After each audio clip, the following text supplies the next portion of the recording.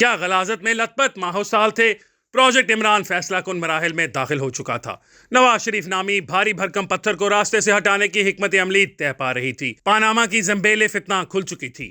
नवाज शरीफ के खिलाफ कार्रवाई के लिए इमरान खान और सिराजुल हक की आईनी दरखास्तें फजूल, लघु, नकारा और लायानी करार देकर शाहराह दस्तूर पर फेंकी जा चुकी थीं। जब मंसूबा साजों को ऐसे जजों की जरूरत पेश आई जिन्हें चिकनी मट्टी की मूर्तियों की तरह अदालत के कॉर्नर्स पर सजाकर हिस्बे जरूरत मर्जी के घुग्गू घोड़ों में ढाला जा सके। जानिए किस साहिर की साहिरी थी कि आगोश अदल ने साकिब निसार नामी एक नाबगा जन्म दिया और फिर ऐसे नाबगों का तांता सा बंध गया। दिसंबर 2016 में मुतला अदल पर यह चांद तुलू हुआ। दिनों और हफ्तों में मौसूफ के ऐसे जौहर खुले कि खल के खुदा दांतों तले उंगली दाबे तस्वीरें हैरत बनी सोचती रह गई कि ऐसी चिंगारी भी यारब अपने खाकस्तर में थी। फिर तो चिंगारियों की फुलझड़ियां सी छूटने लगी। साकिब निसार के बाद आसिफ सईद खोसा, खोसा के बाद गुलजार अहमद और गुलजार के बाद उमर अता बंदयाल। 31 दिसंबर 2016 से शुरू होने वाली आतिशबाजी 16 सितंबर 2023 तक अपनी रंगारंग रोशनियां बिखेरती रही। हल्फ फरामोशी और अदल शिकनी का ये नामुराद सिलसिला पौने 7 बरस तक जारी रहा। इस कबीले ने ऐसे ऐसे फैसले सादर किए कि जमीन और आसमान लरस गए, लेकिन इनके माथों पर नदामत का एक कतरा तक न झिलमिलाया। ये कुंचुरी से कानून और इंसाफ को ज़िबा करते रहे, यहाँ तक कि इनके मुतफ़न फैसले ईद कुर्बान के बाद गली कूचों में पड़ी आलाइशों की तरह हर सू बिखर गए और लोगों ने रुमाल अपनी नाकों पर रख लिए। इन दिनों काजी फायद ईसा ये आलाइशें ठिकाने लगाने में लगे हैं, लेकिन ना जाने कितना वक्त लग जाए। कमोबेश 44 साल पहले कत्ल के इल्जाम में वक्त के मकबूल रहनुमा जुल्फ़िकार अली भुट्टो को फांसी चढ़ा दिया गया। 7 जजों में से 3 ने मुलजिम को बरी कर दिया, 4 ने ज्यादा से ज्यादा सजा सुना दी। एक वोट की बर्तरी, तारीख और सियासत के सीने में ऐसा खंजर घोंपा गया कि गहरे जख्म से अभी तक लहू रच रहा है। 13 वर्ष का आसिफ अली ज़रदारी ने बतौर मुसद्दर मुमलिकत सुप्रीम कोर्ट को एक रेफरेंस भेजा कि इस फैसले की जांच परख की जाए, जिसे वक्त के काजी ने अदालती कत्ल करार दिया है।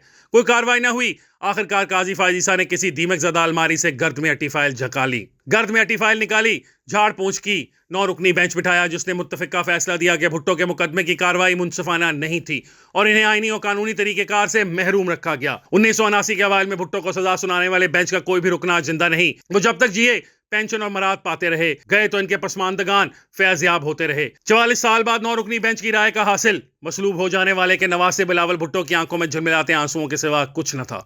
6 बरस पहले की बात है कि साकिब निसार मसनद अदल पर जलवा फगन कोई मुकदमा सुन रहे थे कि अचानक बात हुकूमत वक्त की गलत बख्शियों की तरफ मुड़ गई। दास्तां आगे बढ़ी तो बात बरादर मोहतरम अताउल हक कासमी की तरफ जा निकली। साकिब निसार की ललकार सुनाई दी कि हम 154(3) के तहत इस शख्स की बतौर चेयरमैन पीटीवी तैनाती का जायजा लेंगे। उन दिनों तहरीक इंसाफ का अहद इंसाफ जोबन पर था। बनी गाला की शादाब पहाड़ी पर 300 कनाल के रकबे पर मुहित रियासत मदीना के फरमारवां अपने बारे में कोई नातराज जुमला बोलने या लिखने वालों की तलाश में आदम बू पुकार रहा था। साकिब निसार ने आओ देखा ना ताओ 184(3) के तहत सवाबदीदी इख्तियार की शमशीर बरहना लहराते हुए करार दिया कि कासमी की तकर्री पहले दिन से ही गलत थी। वो अपनी सारी तनख्वाहें और मराद वापस कौमी खजाने में जमा कराए। ये रकम 19 करोड़ 78 लाख रुपए बनती थी। वजीर इत्तलात परवेज रशीद, वजीर खजाना इसहाक डार और वजीर आजम के प्रिंसिपल सेक्रेटरी फवाद हसन फवाद भी इस गुनाह कबीरा में मुलव्विस पाए गए। सुलाज़म ठहरा के तावान का कुछ हिस्सा वो भी भरे। मुतासरीन ने नजरसानी की अपीलें दायर की। 5.25 बरस इनकी सुनवाई न हुई। बिलाखिर ये आलाइश भी काजी फायद ईसा की सरबराही में कायम एक 6 रुकनी बेंच ने ठिकाने लगा दी। जुमतुल मुबारक के दिन काजी साहबी की सरबराही में कायम एक 5 रुकनी बेंच ने एक लहीम शहीम तनुमन ऊंट की ओजड़ी और आंतों का वो अंबार भी ठिकाने लगा दिया, जो साकिब निसार की सुप्रीम कोर्ट के ऐन सामने शाहराह दस्तूर के बीचों बीच पड़ा था। प्रोजेक्ट इमरान खान की गोद हरी होने को थी और लाजम ठहरा था कि नवाज शरीफ और उसकी खुदसर बेटी जेल की काल कोठरियों में पड़े रहें और 2018 के इंतखाबात में हिस्सा न ले सकें। उस अहद के तारीख साज जर्नैल फैज हमीद इस्लामाबाद हाईकोर्ट के सबसे सीनियर जज जस्टिस शौकत अजीज सिद्दीकी के घर पहुंचे। मुद्दा बयान किया कि बाप बेटी की जमानत नहीं होनी चाहिए। जज बोला अभी तो इन्हें एहतसाब अदालत से सजा भी नहीं हुई। जनरल ने कहा वो हमने बंदोबस्त कर लिया है। खरा और बेलचक जज बोला मेरे बेंच में मुकदमा लगेगा तो मैं अपने हल्फ के मुताबिक मेरिट पर फैसला दूंगा। तारिक साज जर्नैल ने तारीखी जुमला कहा, इस तरह तो हमारी 2 साल की मेहनत जाया हो जाएगी। तारिक साज जर्नैल की मेहनत इंसाफ परवर जजों ने बचा ली। 2 माह बाद चीफ जस्टिस बनने वाले शौकत अजीज को ज़ाब्ता इखलाक की खिलाफ वर्जी के जुर्म में घर भेज दिया गया।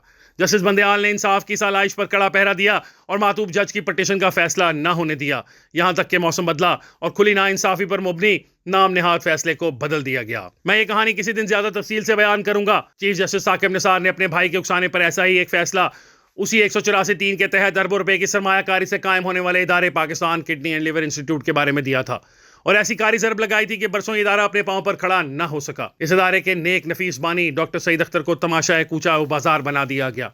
तब मार्च 2019 में जस्टिस मंसूर अहमद मलिक, जस्टिस सैयद मंसूर अली शाह और जस्टिस याया आफरीदी ने उस वक्त उस आलाइश को ठिकाने लगाया जब साकिब निसार घर सुधार चुके थे। इस्लामाबाद हाईकोर्ट के जज जस्टिस बाबर सत्तार उन दिनों सहाफत में थे। 9 मार्च 2019 को इनका एक कॉलम राइटिंग रॉन्ग्स यानी गलतियों की तस्हीह द न्यूज में शाया हुआ था। मेरे पेश नजर सवाल सिर्फ यह है कि क्या बरसों बाद किसी गलती की दुरुस्ती इंसाफ के सारे तकाजे पूरे कर देती है?